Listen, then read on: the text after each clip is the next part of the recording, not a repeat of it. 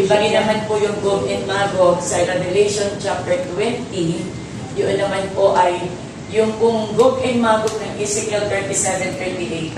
Yan po ay hindi natin alam maaari before the rapture or after the rapture.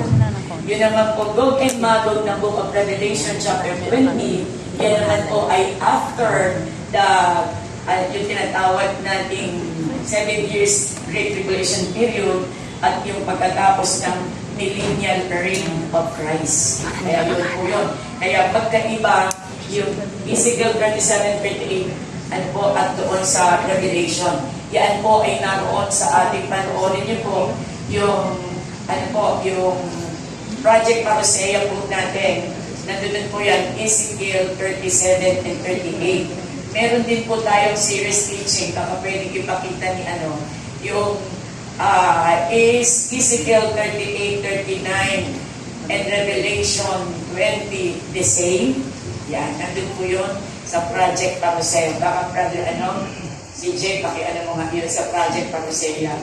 Yun po yung hindi siya Ezekiel 37:28, pero ang tanong is Ezekiel 37:28 and Book of Revelation 20 the same.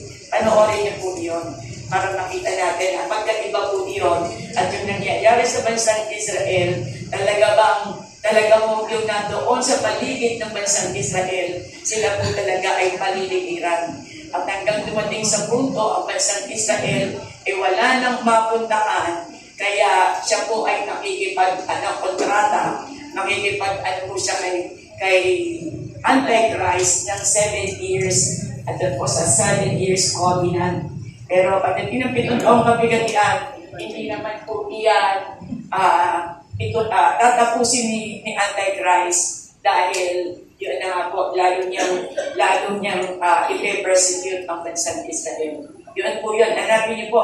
Yan po ay, ang title niyan is Ezekiel 37:38 and Revelation 20 the same. So, hanapin niyo lang po ito. Okay, dito po tayo sa pag-aaral natin. Understanding our enemy. Mahalaga po na maunawaan natin yung kaaway natin. Sapagkat marami po ang paniniwala. Ano po? Yan po. Basahin natin Ephesians chapter 6 verse 12. Kayo po, mga intercessors, abisado niyo po yan. Alam niyo yan na meron tayong kaaway and we are at war. Pero yung mga iba nating kapatiran ay hindi pa rin masyadong naniniwala na talagang meron nga po talagang Satanas, meron talagang Lucifer. Kaya po kailangan pag tinuro natin ito, tayo po mismo, fear tayo, may Satanas. Di ba? May Diablo at merong demonyo. Dahil po ay sinabi sa Ephesians chapter 6, verse 12. That is the reality of Satan. Kaya totoong may Satanas. Okay po? Kaya sabi ng 6:12, we do not wrestle against flesh and blood, but against the rulers, against the authorities, against the cosmic powers over this present darkness, against the spiritual forces of evil in the heavenly places. Kaya ang alam mo, sabi doon, ang kalaban natin, not flesh and blood. Ano ibig sabihin ng flesh and blood? Hindi laman, hindi tao. Hindi tao ang kalaban natin. Kaya pag may nanghihira sa'yo, hindi ang taong iyan nakatabi mo. Diba? Hindi iyan. Kung hindi, espiritu ang kalaban namin. Hindi natin nakikita, pero totoo na may kalaban tayo. Kaya yung pong sinasabi, we wrestle not against flesh and blood. Ang kaaway, ang kalaban natin, hindi tao. Kung hindi laman at dugo. Ano po? Kung hindi, sabi doon, against rulers and the authorities, against cosmic powers. Ibig sabihin po, lahat ng iyan is spiritual forces. No? And spiritual wickedness in high places. Yun po. Kaya maaari yan po ay nandun dito po yan sa between heaven, sinasabi natin first heaven at dito po sa earth. Ano po? Yun po yun. Kaya makikita natin yung iba hindi pinaniniwalaan. Tingnan po natin, the reality of Satan in the world today. The spiritual world is a reality and the eye of faith can perceive these unseen realities. Ano ba yung Hebrews 11:1? Sabi dyan, the faith comes and ano definition of faith? Faith is a substance of things hoped for. That is Hebrews 11:1. Kaya tayo, hindi natin nakikita si Satan. Pero alam natin, we could perceive it in our faith na talagang may kaaway.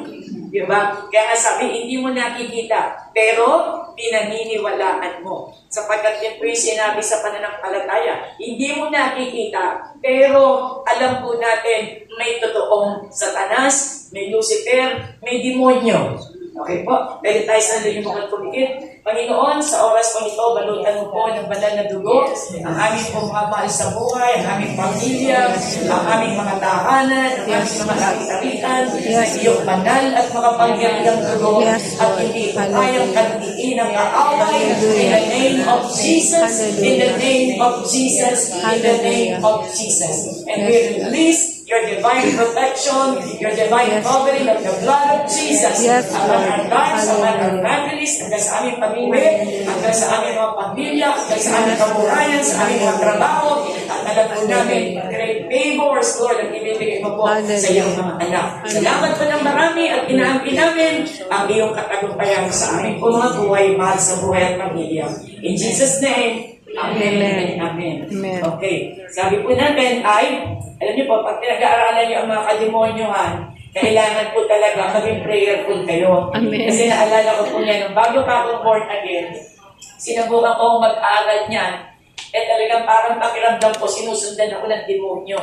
Dumating sa punto, papunta kami ng Baguio, muntik ng malaglag yung sasakyan namin. Pagkatapos ko nun ay nag-overage yung sasakyan namin. Kumbaga ay talagang pag pinag-aaralan mo, parang lagi kang nananaginip na kinukuha ka ng kaaway, hanggang dumating sa punto na pagod na ako sa kanya, bahala ka sa buhay mo, tutulog na lang ako. Yung nakikipag-wrestle ka, no? Yung parang niloko-loko ka lang niya, pero kapag natakot ka at tumatras ka, pero ako sabi ko, ay nako, wala akong panahon sa'yo. In Jesus' name, tapos ang usapan. Hindi na ako restore. Amen. Ganun po yun. Kaya kailangan po talagang you have to be firm with your faith. Po. At nakita mo, makapangyarihan ka kaysa kay Satanas. Amen. Kaya the reality, kaya kailangan po talaga magpapabalo tayo ng banal na dugo ng Panginoon Jesus. Kaya yan, sabi doon ay, the prophets in the Old Testament could perceive angels protecting them. Naalala niyo po ba yan? Si Elisha, di ba? Na si Elijah po, na nakita natin na inaabol ng mga Samaria. Pagkatapos ay sabi niya doon sa kanyang lingkod, huwag kang matakot sapagkat tayo ay, ano po sabi niya, tayo ay pinalilibutan ng mga anghel ng Diyos. Ibig sabihin, the reality of spiritual, meron talagang spiritual na daigdig. At yan po yung tinatawag nating kalangitan. At sabi natin, kung may langit, may impyerno. O yan po yun. Spiritual realm ang tawag po doon. Ang tawag dito sa atin, physical realm. Kaya tayo, ang dinidil natin, the physical and the spiritual realm. Kaya intindihan po tayo, para alam po natin bilang mga intercessors, dalawa po ang ating mundo na pinagagalawan natin. At pareho na tayo ay may kalaban. Yung kalaban natin sa spiritual at hindi kalaban natin physical sapagkat ginagamit ni Satanas ang mga tao para i-deceive tayo. Pwede po yan, kahit mga kapwa Kristiyano mo nga, gagamitin ni Satanas Minsan nakakalusot pa rin po Di ba ba? Bakit? Sapagkat narito pa rin tayo sa mundo ito. Amen po ba? Amen. Kaya, Satan, however, does not want his presence known or detected. He prefers to engage in his devious deeds by secret craftiness. Kaya kita niyo, ang paniniwala natin, kaya kita niyo po, mga tao, hindi naniniwala may demonyo. Yun ang gusto ng Diablo, na tayo ay dinidisip sapagkat sinasabi niya, nakita mo na ba ang demonyo? Hindi pa, o di ba? Kita maniniwala, yung pa pala nakikita. Di ba? Kaya pinipilit na ibinibigay sa atin, hindi totoo na may demonyo. Hindi totoo, sapagkat yan ay, ang demonyo ay ikaw na masama ang ugali mo. Yun po yun. Yun ang sinasabi doon. Yun ang demonyo.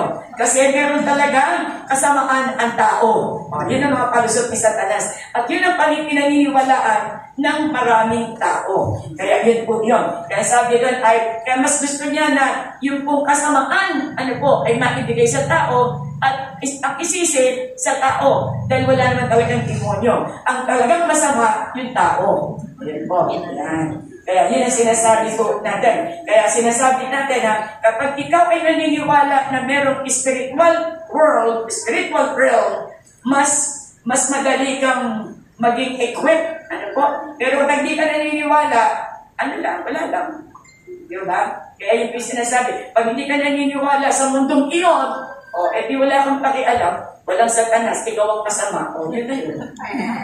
Di ba? Walang Satanas eh. Ang totoong masama, talagang ang tao masama, talagang ganun na yun. Natural. Nature na ng tao ang maging masama. Pero actually, sabi nga natin, from the very start nung nilikha tayo ng Lord, hindi naman tayo talagang masama. Dahil pumasok ang kasalanan, kaya ang tao ay nagkasala. At kaya, sabi lang, pumasok ang kasalanan, pumasok ang kasamaan.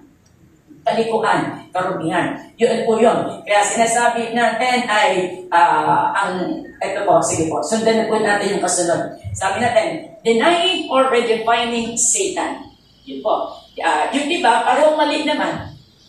Dinideny na may Satanas or pinapalitan na lang yung katuruan patungkol kay Satanas. Redefining. Ay, hindi mo kailangan i-redefine si Satan. Talagang may totoong Satanas. May demonyo talaga. Kaya most psychologists deny the existence of a literal Satan and demons. Kaya yung mga literal psychologists po, sabi doon, walang demonyo. Talagang ang masama ay yung tao. Di ba? Yun na yun. Ibig sabihin ay, talagang, sabi doon ay, deny the existence of literal Satan. Walang literal na Satanas. Walang literal na demonyo. Literal Christian scholars, sa sobrang talino ng mga tao minsan po kaya mas magandang mabuting magbangka para kung ano na yung sinasabi na meron nakasulatan, yun na lang ang paniwalaan mo. Pero pag matalino ka, maraming reasoning Kaya sabi doon, liberal Christians often say belief in Satan and demons is part of mythology from which the biblical writers borrow. You see? Sabi, inirap lang, wala lang sigurong magawa, wala lang maikwento, wala lang maisulat. Yan po. Kaya hiniram na lang nila itong kwentong ito, na ito ay, kumbaga ay, sabi nga ay legend lang ito. No, alamat lang yan. Parang kwenta lang ni malakas at maganda. Mga ganun lang, mga alamat lang. Kaya hindi totoo yan na may Satanas. Kasi pag sinabi nila may Satanas, nakita mo na ba? Oo, yung mayroong may sungay, yung may dalang malaking tinidor. Sabi niya, nakita mo lang yan sa comics di ba? Parang ang akala nila, ang Satanas ay katang-isip lamang. Yun po. Then sumunod, sabi lang, liberal clergymen ridiculed the concept of personal devil of any sort. Ito naman po, sabi niya ay, pinagtatawanan daw po ito yung konsepto na meron pong personal na demonyo. Di ba? Yan naman po ay mga liberal clergymen. Pag sinabi natin clergyman, yan yung mga pastor at mga pare. Minsan po yung mga pare na nagmimisa, minsan po, hindi rin sila naniniwala na may demonyo. Di ba? Kaya, minsan doon tayo rin po mga Kristiyano para bang relax ka lang, hindi mo alam, that is deception of the devil.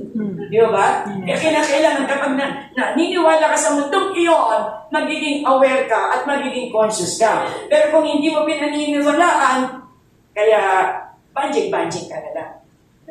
Kaya mas madali kang ihok ng kaaway. Kaya sabi ni Elaine Agels, concludes that the idea of Satan became a means of interpreting human conflict or characterizing human enemies. Sabi po ni Ellen Agels, sabi niya, ang pag-interpret niya, yan ay conflict ng tao.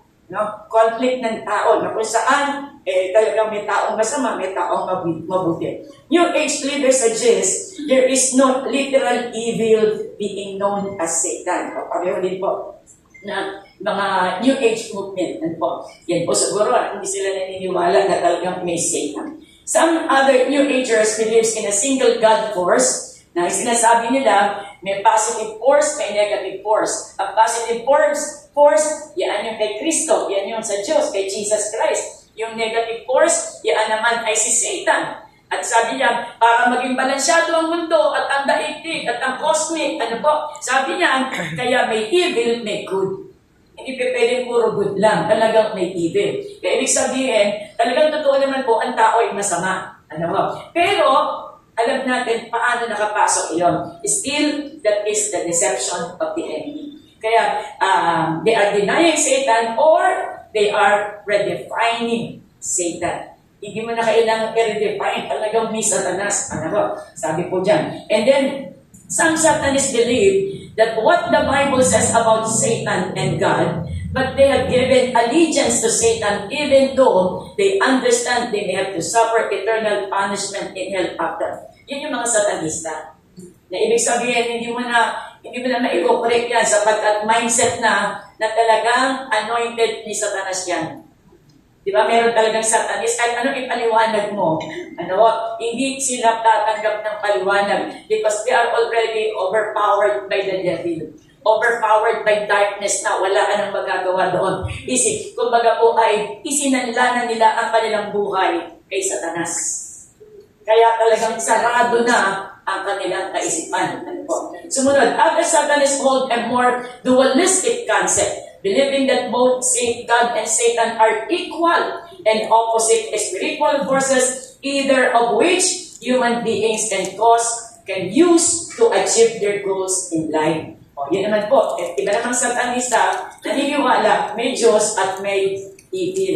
Kaya ibig sabihin, sabi nun ay equal sila at opposite spiritual forces upang sa ganon ay makuha nila yung kanilang, mahit nila yung kanilang target. And then sabi doon, other Satanists interpret Satan to be a force that governs nature, that they can harness this force to bring about their personal desires. O di ba yun yung sinasabi natin na isinasadla nila ang kanilang sarili, ang kanilang buhay kay Satanas, hindi nila kasi kilala yung kaaway. Kung ikaw ba kilala mo yung kaaway mo, hindi mo gagawin iyon. Hindi sila aware doon. Kaya ang mga Kristiyano, buti na lang, ang mga Kristiyano tayo, naturuan ng Biblia. Kaya the Lord is good, na binigyan tayo ng banal na kasulatan, kaya po kailangan talaga binabasa ang Bible. Marami hong advantages kapag tayo po ay nagbabasa ng Bible. And we can never grow in the Lord without reading the Bible. Some use the term Satan as a metaphorical way to symbolize the rejection of the Christian faith, which they interpret to be a powerless religion that involves nothing more than self-sacrifice, self-denial, and sabi doon, oppression. Kaya yung iba naman ay sabi nila ito ay metaphorical way na nagsisimbolo dahil ayaw nila doon sa Christian faith. Kaya ibig kong sabihin, hindi naman ako nababago ng reliyon, hindi naman ako kaya the religion is powerless. Diba? Kaya parang walang dating sa kanila ang God, parang minsan mas pinaniniwalaan pa nila si Satan. Diba? Kasi hindi naman nababago ang buhay nila. Kaya sabi doon ay which they interpret to be a powerless religion that involves nothing kung hindi self-sacrifice. Kumbaga tayo po, diba? Nako, yung mga born again yan, niloloko lang kayo niyan. Di ba? Magsasakripisyo ka, tapos sasabihin mo, ganito. Kasi po, sarado ang kanilang kaisipan patungkol kay Satanas. Kaya Bible scholar Harold Wilmington writes some leaders blame the spiritual crisis in our church. Sino raw po ang sinisisi? Sabi po ni Harold Wilmington, the pastors, the officials, CNPs, workers, leaders, congregation, and difficult people in the neighborhood. The devil can deny its existence and downplay in the local church so that he will be free to go about his business unheaded, unhindered, and unchecked. Kaya kapag tayo po ay hindi naging maingat, at sabi po doon, hindi pinag-aaralan si Satan, hindi pinag-aaralan ng kaaway, kaya minsan mas nakakapasok. Sabi nga rito ay nakakagawa pa rin ng business ang kaaway, unheeded, unhindered, unchecked. Kaya hindi natin nakakadlangan. Kaya mahalaga talaga yung spiritual warfare. Yan sinasabi ni Brother Eddie. Dapat lagi tayong nakikipagtunggali. Binabind natin lahat ng mga gawa ng kaaway. Tingnan niyo po, pag hindi tayo nagkakaroon ng prayer of binding and loosing, nagpipiesta rin ang mga demonyo. Ano po ang unang-unang ginagawa ng kaaway? Division. Diba? Disunity. Nag-meeting lamang, hindi magkasundo. Wala na, na-divide na. Bukas magkakaaway na sila. Di ba? Na-divide ang church. Dito ako kay pastor, dito ako kay assistant pastor, dito ako doon kay cluster leader. Kaya, ano nangyayari? Hindi natin namamalayan, ano po, yung mga hidwaang iyon, lumalaki, hindi natin alam, nakapasok na ang kaaway. Natutuwa ang kaaway po doon. Kaya ibig sabihin, we have domino, merong Satan, and yet, bakit nagdidisit pa rin ang church? Diba? Kahit tayo po, personally, wala ka naman ginagawa sa bahay, pero pagka prayer meeting, ayoko umatin ng prayer meeting. Hindi mo alam, that is the plan of the devil. Huwag kang umatin. Yun ang gusto ng kaaway eh. O may meeting kayong queen, huwag ka nang umatin, masakit yung kasukasuan mo. Oh, diba? Yan po yun eh. Kahit wala kang sakit, may nararamdaman kang sakit. That is the work of the devil. Yung magpe-pray ka, sasabihin mo yung kilay mo, galaw, inaano ka. That is the devil. Very basic, pero ngayon sa sobrang basic, ayaw na natin tanggapin na yun ang nangyayari. Ginising ka ng Lord ng madaling araw para mag-pray. Lord, mamaya na po ang devotion ko. Pero kaya ka ginising ng Lord dahil na ipag-pray ka na kung maaaring kamatayan o whatever, pero hindi ka nag-pray. At sasabihin mo, di ba Lord, may devotion naman ako mamayang 6 o'clock na ako gigising. Hindi natin alam. Minsan po talaga, unknowingly, we are being hindered because of our ating wrong na paniniwala natin. Kaya kung tayo po ay magiging maingat, talagang hindi makaka-store ang kaaway. Kaya sabi ni C.S. Lewis, there are two equal and opposite errors. Parehong error. Magkaiba nga lang, pero parehong error, opposite, into which grace can fall about the devils. One is to believe in their existence. Ibig sabihin ay, yung isa, disbelieve.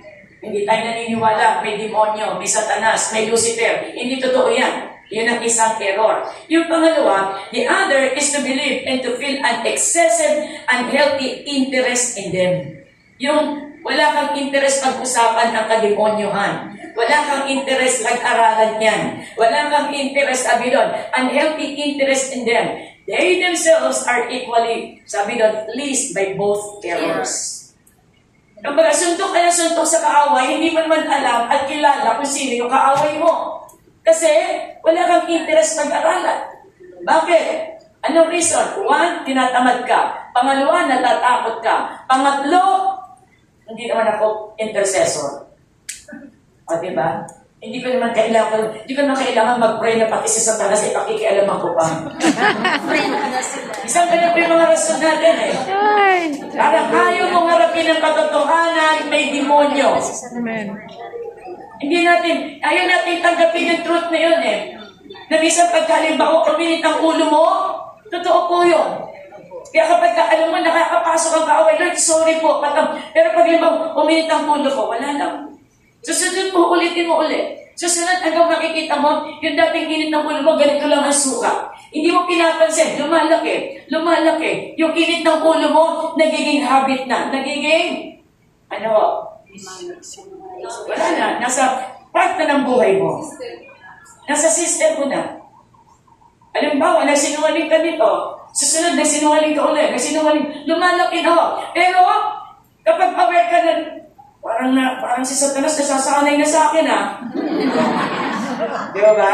Kaya po, yun po, natin. We need to know na meron talagang kaaway. God has a plan for you, and even the devil has a plan for all of us. Amen. Kaya sabi mo, nagkamali lang naman ako, demonyo na. We never know. Amen po? Amen. Ang maganda nun ay maging conscious ka. Di ba? Nagkamali lang, demonyo lang, extreme. Hindi naman po tayo extreme, pero nagbabantay lang tayo. Hindi na sabi ng Bible, be watchful. Maging mapagbantay ka. Kaya lang, minsan sumusobra ka naman talaga sa extreme. Naku, si Satanas yan. Alam niyo po. Huwag naman pong gano'n. Nagkamali lang si Satanas. Naku, sinasaniba ka na na Satanas. Huwag naman pong gano'n. Hayaan lang po natin na sa atin na lang po yan. At yung pong pagiging gano'n, nakadepende po sa conviction natin. Hindi ka na convict eh. Nung ikaw yung nagsinungaling, hindi ka na-convict, yun po ang masama naman doon. Kapag wala ka ng conviction, nasasanay ka rin po doon. Sasabihin mo na, isa lang naman, yun lang naman. Yun po, nagdadahilan ka na, defensive. Kailangan nga din tayo defensive, di ba? Kailangan po talagang tayo po ay, anong tawag dyan? Offensive. Atake. Hindi pwedeng, ay, baka ano lang. Nagdidepensa ka lang eh. Kailangan ikaw ang umaatake sa Diablo. Kasi pag ikaw ang inatake ng kaaway, magugulat ka. Dapat lagi kang on the strike. Ikaw ang nag-i-strike.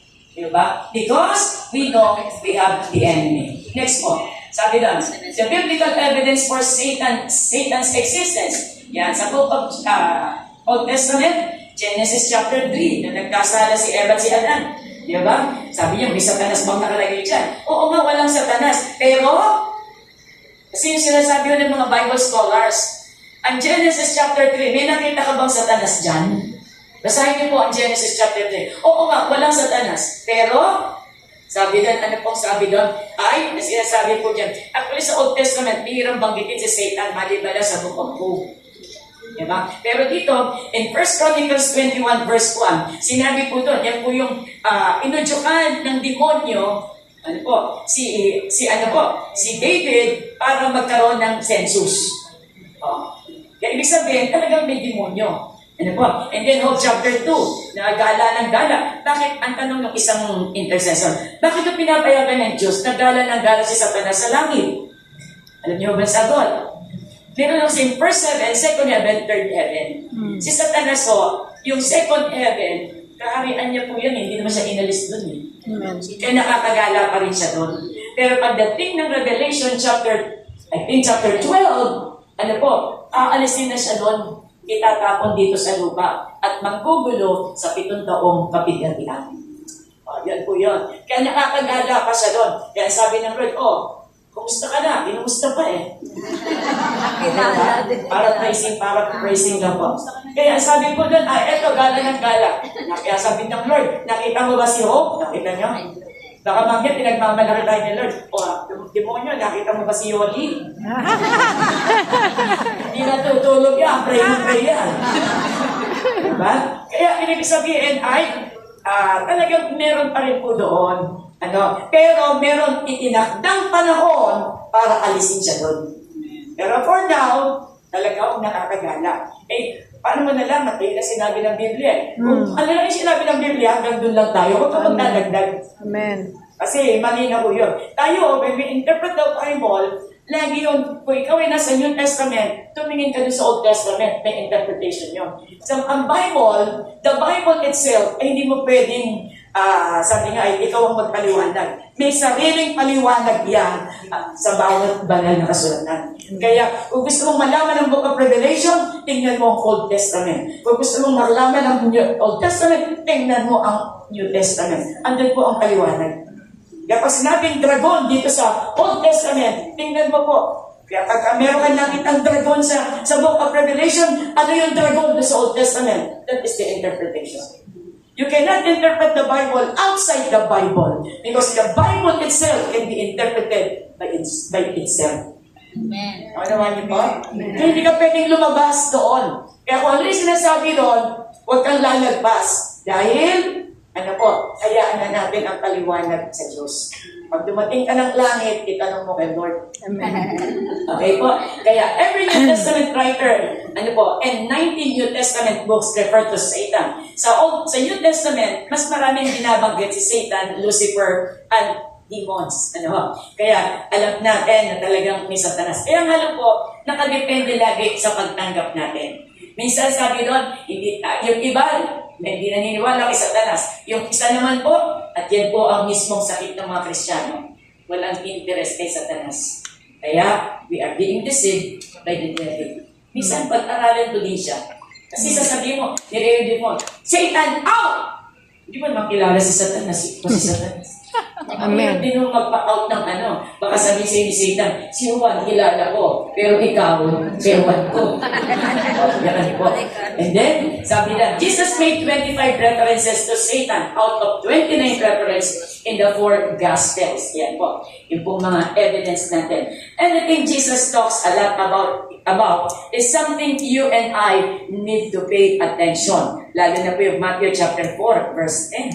Di ba? Na nagkaroon ng confrontation between Satan and Jesus. Di ba? Yan po. And Matthew 25, verse 41, Luke 10:18, basahin nyo na lang po yan. Kapag tayo po, kapag ito may tinuro ninyo, mahalaga po, mabasa niyo po yan. Yung John chapter 8:44, ang sabi po doon ay, Satan is the father of lies. Po. Kaya siya yung tatay.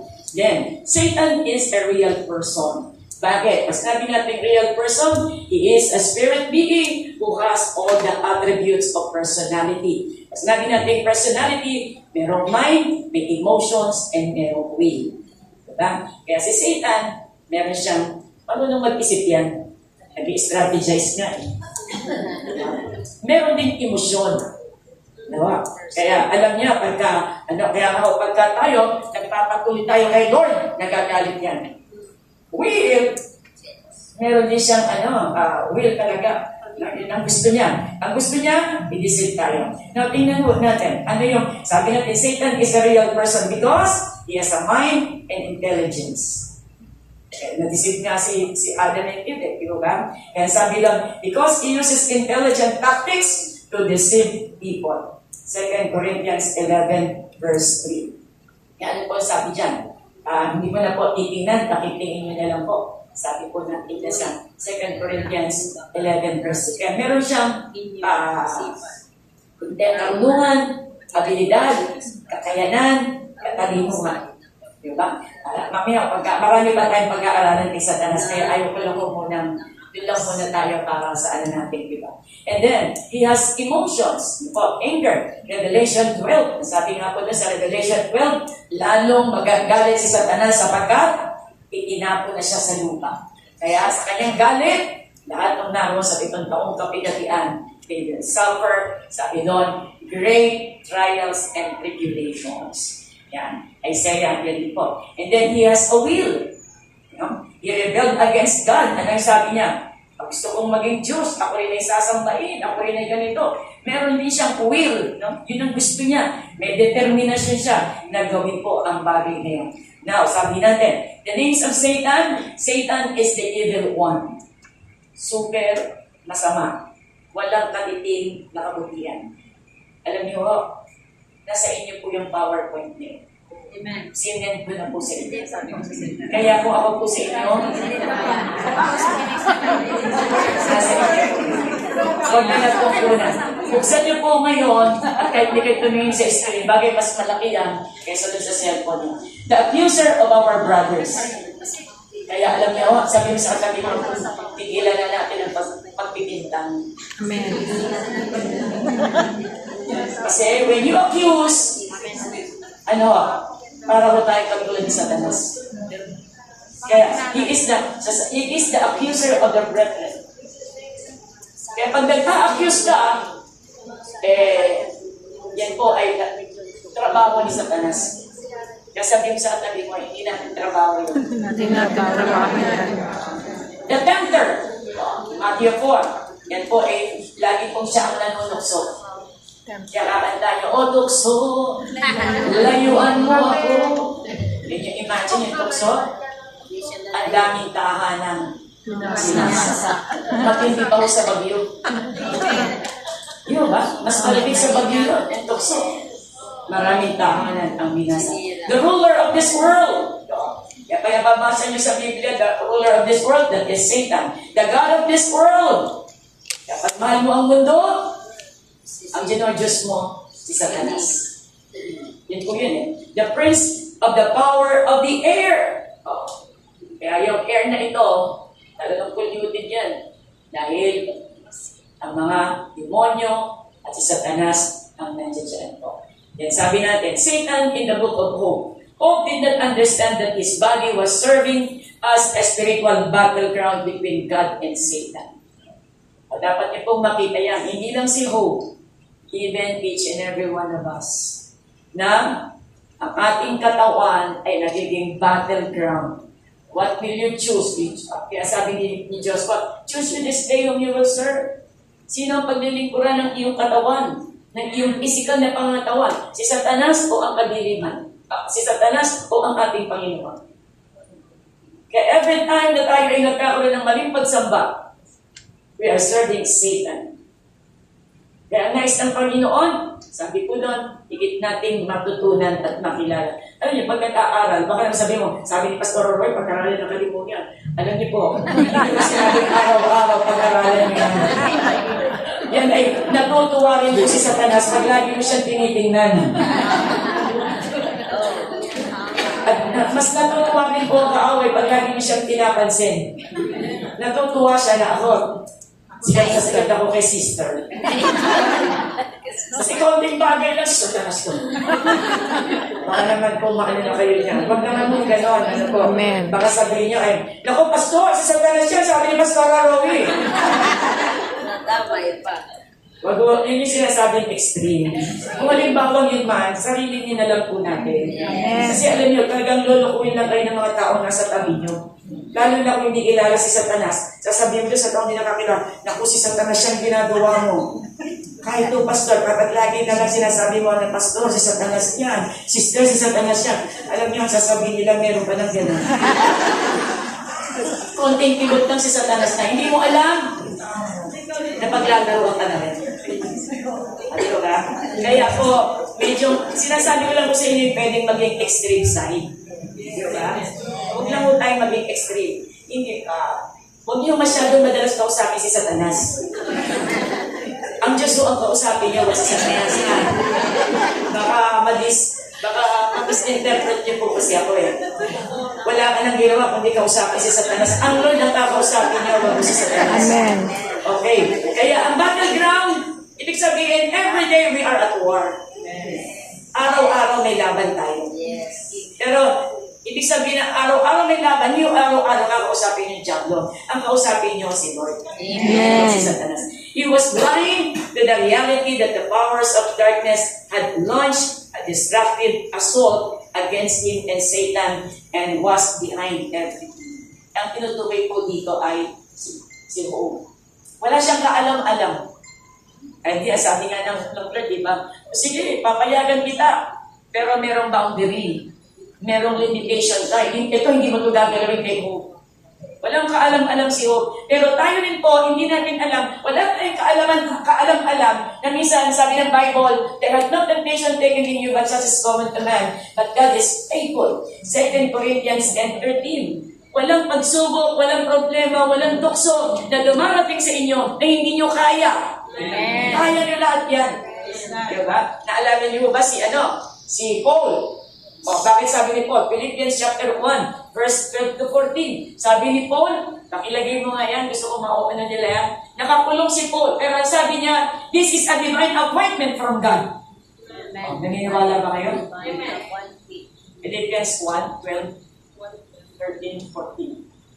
Sabi niya, sabi po ni Paul, this is a divine, now I want you to know, brothers and sisters, o tayo yan, kinakausap ni Paul, gusto ko malaman sa inyo, mga magulang at kapatid, that what has happened to me has actually served to advance the gospel. Ano ba nangyari kay Paul? Verse 13, sabi niya, as a result, it has become clear throughout the whole palace guard and to everyone else that I am in chains for Christ. 14. And because of my chains, most of the brothers and sisters have become confident in the Lord and dare all the more to proclaim the gospel without fear. Sabi ni Paul, ako ay nakabilanggo ngayon in chains, sabi niya. Pero, this is a divine appointment from God. Why? To spread out. Lalo i-spread ang pangangaral ng salita ng Diyos. Kaya sabi ni Paul, yes, I am enchained, but not the gospel. Maaari ako'y nakabilanggo, pero hindi ang ebanghelyo ng Diyos. Sapagkat doon, at kasi po si Paul, gusto niyang pumunta ng Rome. Pero sabi, ang panalangin niya, Lord, gusto ko magpunta ng Rome, laging nakaka-cancel. Sinagot naman ng Lord ang kanyang panalangin, but not in his term. Bakit? Ang gusto ni Paul, siya ay makakaral publicly, open air, pero hindi nangyari yun. Napunta siya ng Rome, nakabilanggo. Opposite sa panalangin niya. Eh, minsan tayo may prayer na gano'n opposite sa panalangin niya. Pero hindi naman sinabi, ikulong ako. Diba? Pero hindi ko sinabi, i-persecute ako. O, ganito. Pero si Paul sabi niya, full of confidence. I know this is a divine appointment from God. No more, no murmurings, no complaining. Why? Because he knows that this is a divine appointment from God. Kaya sabi niya, because this is a divine appointment by God. Yes, I am in confinement. Ako'y naka-confine. Pero hindi ang salita ng Diyos. Hindi ang gospel. Lahat ng dumadalaw kay Paul, pati mga gwardiya, and can you imagine, nakarating pa dun sa household ni Emperor Nero. Ni Caesar. Kaya sabi niya, kaya nga, sabi doon, have become confident in the Lord and dare to all the more, he proclaimed the gospel. All the more. Kasi kung doon ka lang sa kalye, baka hindi makarating kay Emperor. Pero dahil sa mga gwardiya sibil, sabi doon, nakarating lalo ang gospel kahit sa bahay ni Emperor. Diba? Kaya, sabi natin ay, maaring hindi natin alam, pero yung bagay na yun, it will always be for good. God knows what is best for all of us. Kaya just keep on trusting God. Ano man ang nangyari sa'yo?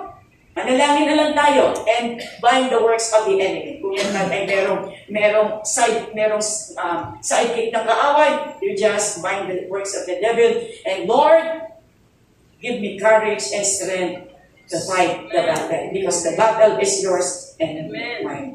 Amen po? Kaya sabi doon, si Job, he was totally blind. Kung ano ang nangyayari. Kaya di ba sabi ng mga kaibigan niya, ikaw kasi self-righteous ka eh. Ayan, di ba? Kaya tingnan niyo po, kanino kumampi ang Lord? Di ba kay Job? Kaya sabi niya din sa mga kaibigan, humingi kayo ng tawad kay Job. Judgmental kayo eh. Baka meron na barita, mga katulad ng kaibigan ni Job. O dapat po, katulad tayo ni Job. Okay? Next po. Sabi natin, remember, Satan cannot freely do whatever he wishes to do. Ang daan po ninyo, sa buhay po natin, may limit lang ang tiyan doon. Kung ano lang ang pinapahintulutan ng Diyos, yun lang. No more, no less. That is 2 Corinthians chapter 10, verse 13. There are no temptation taken in you, but such is common to man. But God is faithful. No? Hindi niya pahintulutan na tayo po ay pinaglag ng kaaway. Sapagkat nandun lagi ang kamay ng pagliligtas ng Panginoon. God has set parameters around hope beyond which is not free to go.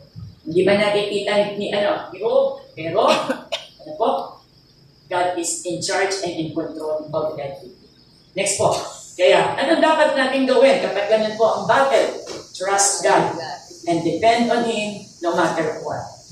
Diba? Trust in the Lord with all thine hearts and lean not unto thine own understanding. At sabi ng Romans 8:28, all things work together for good. The devil meant it for evil, God meant it for good. Amen po? Next po. Cover all your bases. Ano ba go cover? Prayers.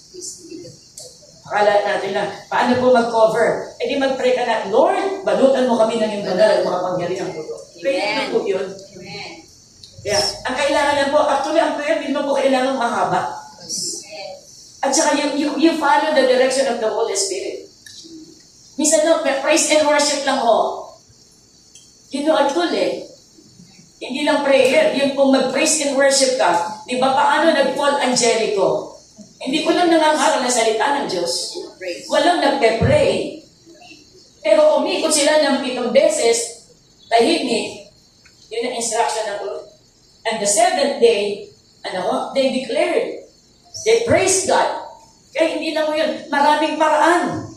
Kung makikinig lang mo tayo sa Holy Spirit. Kaya pray specifically that God will remedy your painful circumstances. Ano sabi ng Philippians 4:6-7? Sabi mo doon, ano yan? Ano sabi mo dyan? Do not be anxious for anything, but for everything. Pray with intercession Diba? Yes po. Make sure there is no sin in your life that has given place to the devil for an attack.